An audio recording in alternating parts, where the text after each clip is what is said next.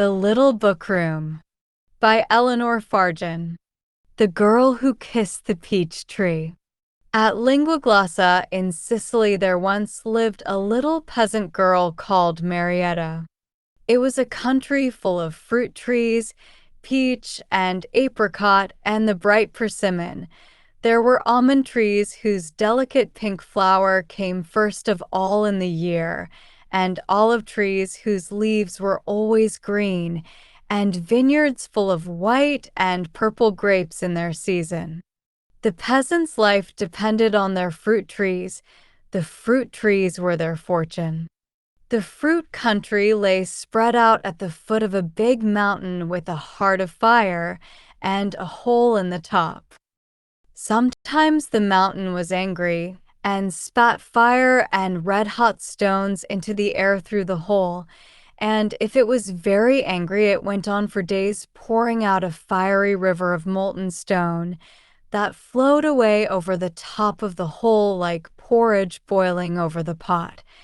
And flames leaped into the air, hundreds of feet high, and glowing lumps of rock were hurled through the flames to fall where they would.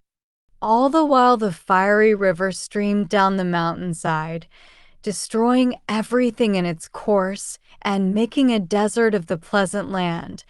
And where it passed, the air became so hot that no one could live or breathe in it. So the peasants who tilled the earth in the shadow of the mountain always lived in fear of the hour when the mountain should begin to mutter in its anger.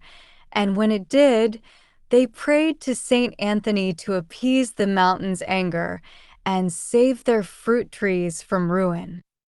The great anger did not come very often, and Marietta was 7 years old before she heard the mountain mutter in one of its real tempers. There came a morning when Giacomo, her big brother, happened to be home for a day or so, and she was playing by herself on the plot of ground where her own little peach tree grew. This plot lay in the furthest corner of her brother's lands, and of all the fruit trees in those parts it grew closest to the mountain. Giacomo had planted it for her the day she was born, and she loved it better than anything else in the world. She would talk to it as if it were a friend, and Giacomo would sometimes tease her and ask her how her playfellow was today. "The little girl is feeling very happy," Marietta would answer when the peach tree was in blossom, or perhaps, when the tree had peaches on it, she might say, "The little girl is very strong today." But later on, when the fruit was stripped and eaten, Marietta sometimes answered, "The little girl has gone away. She won't come out and play." "What is she like, the little girl?" Giacomo would ask. So pretty. She laughs and sings and dances all the time. She has a green dress and flowers on her head. She has gone to stay with the king of the mountain, but she didn't want to go. Then Giacomo would laugh a little and pull Marietta's black curls, but old Lucia, the grandmother, who lived in the house and cooked, would shake her head at him and mumble, "It may be so, it may be so, who knows?"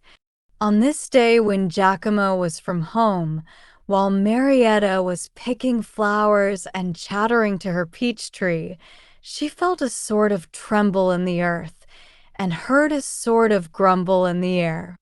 It was no more than she had heard and felt at other times, and all she said to herself was, "The king of the mountain is angry about something."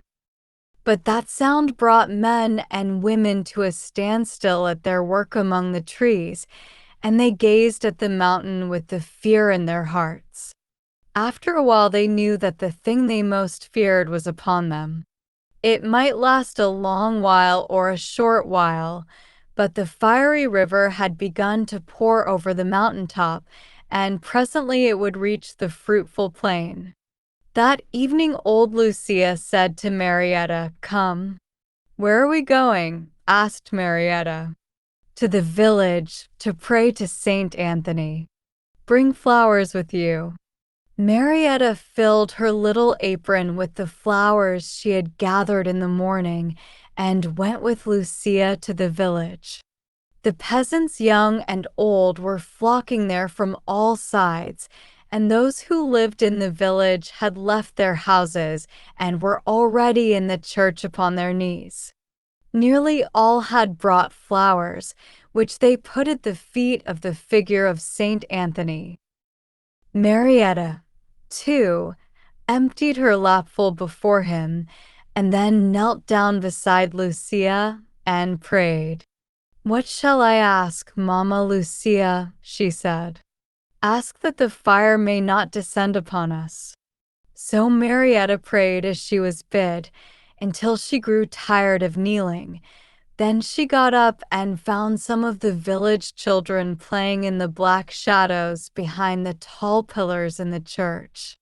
She played with them, and presently fell asleep for a while, and then woke up again, and saw more peasants coming into the church, peasants from the mountainside, women in shawls, and men in old red cloaks lined with fur, bringing their children with them. Some had bundles of clothes and household goods, hastily got together before they fled from the fiery river which was descending on their homes. All through the night the people stayed in the church, praying that the river might stop or turn aside in its course, and in the early morning they went out and gazed towards the mountain. At the first glance they knew that their prayers had not availed, and that the fiery river was coming down on their lands. Already the air was scorching hot with its approach. Old Lucia threw up her hands and wailed, and so did many others. Then the priest said, "Have faith, my children," and bade some of the men bring out the statue of Saint Anthony and place it in the open air in the path of the fiery river. The men went into the church and came out carrying the statue, and they bore it through the village and set it on the road where the priest directed. The women and children followed with the flowers, and they heaped the flowers about the figure of the saint and gathered more to cover his feet. Then in the clear dawn, with the hot breath of the mountain rolling towards them, the people all knelt down in the road, and the priest lifted his hands and prayed again to heaven to turn the course of the fire aside. And still the fire streamed on. At last the priest turned to the people and said with tears in his eyes, "My children, a miracle may still happen, but I cannot let you stay here any longer. The danger is too great. You must leave your homes and your trees to heaven's mercy and go." The peasants rose up full of sorrow. They went to their houses and got a few things to carry with them, and before they left, they went out into their orchards and kissed their fruit trees. Then in a great crowd they went out on the roads and hurried away from the homes they never expected to see again. On every road was a stream of men flying from the stream of fire. Lucia and Marietta went with the rest. Presently Lucia felt her dress tugged. "Mamma Lucia, Mamma Lucia," said Marietta. The grandmother looked down. "What is it, my little one?" "Mamma Lucia, why did they kiss the trees?" "To bless them and save them if it is God's will." "Mamma Lucia, I did not kiss my peach tree." "The poor little peach tree," sighed old Lucia. "It will be the first to go." "I must go back and kiss it, Mamma Lucia." "No, no, that is impossible now. It cannot be helped. Only feel, the air grows hotter. We must go as fast as we can." And old Lucia went as fast as she could, in the crowd that pressed about her, and in the press one little body at her side was like another little body, and she felt a child clinging to her skirts and thought no more about it. She only thought of the need to hurry on until she heard her own name being called out loud along the road. Mama Lucia, Mama Lucia, where are you? Are you there? Where is Mama Lucia? Here I am, said the old woman, and here she is, cried a dozen voices, and many hands pushed her forward, till she was face to face with Giacomo, who on his way home had seen the great crowd coming towards him, and the fiery stream upon the mountain which would eat up his house and lands. But he was not thinking at that moment of his house, he was thinking of his little sister Marietta. When he saw Lucia, his brow cleared, and he said, "Heaven be praised. Where is the child?" "Here she is," said the old woman, and pulled forward the little one who clutched her skirts, and it was not Marietta, it was the hunchback's child.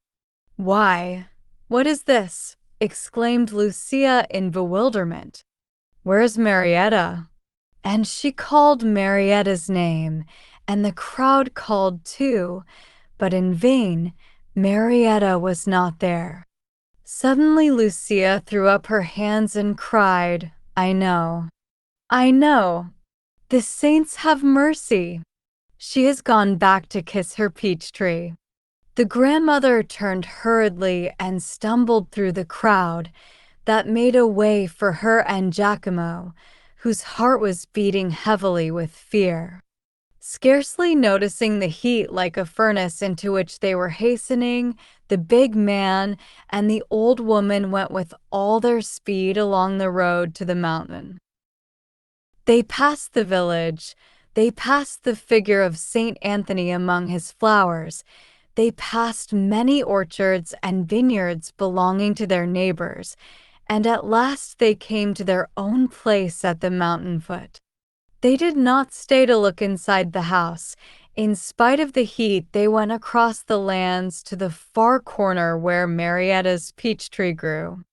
And there lying under it they found her, her arm around it, her cheek pressed against it, her eyes fast closed.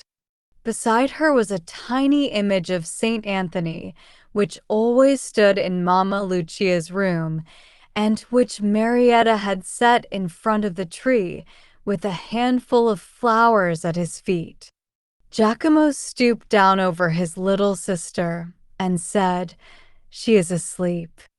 Her skin is cool." "Heaven be praised," said Mama Lucia. "And the air is no hotter too." They looked once more towards the mountain, and saw to their amazement that at the foot the fiery flood had turned aside, and after creeping a little way along the border of their lands, had ceased to flow. "It is the miracle," said old Lucia. Marietta stirred, opened her eyes, and saw her big brother bending over her. She jumped up and flung her arms around his neck. "Giacomo! Oh, how glad I am to see you. Giacomo, what do you think happened while you were away?" "The king of the mountains got angry and sent down a river of fire, and I went to the church and gave flowers to Saint Anthony, and I was in the church all night, Giacomo, with the others. And in the morning we went out and put Saint Anthony on the road, and knelt down till it was too hot, and then everybody kissed the trees and ran away. But I forgot to kiss my peach tree, Giacomo, so I came back and brought Saint Anthony to protect her. And then I kissed her, and it was so hot I was frightened. But the little girl said, 'Don't be afraid, Marietta. The king of the mountains will go back if only I go back with him, and I will go back because you came back to kiss me, so go too. Sleep, go to sleep, Marietta. Don't be afraid. So I did go to sleep, and where's the king of the mountain?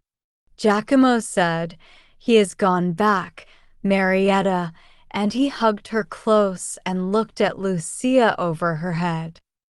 And the old woman looked at him and at Marietta and at the peach tree and the mountain, and she mumbled, "It may be so, it may be so, who knows?"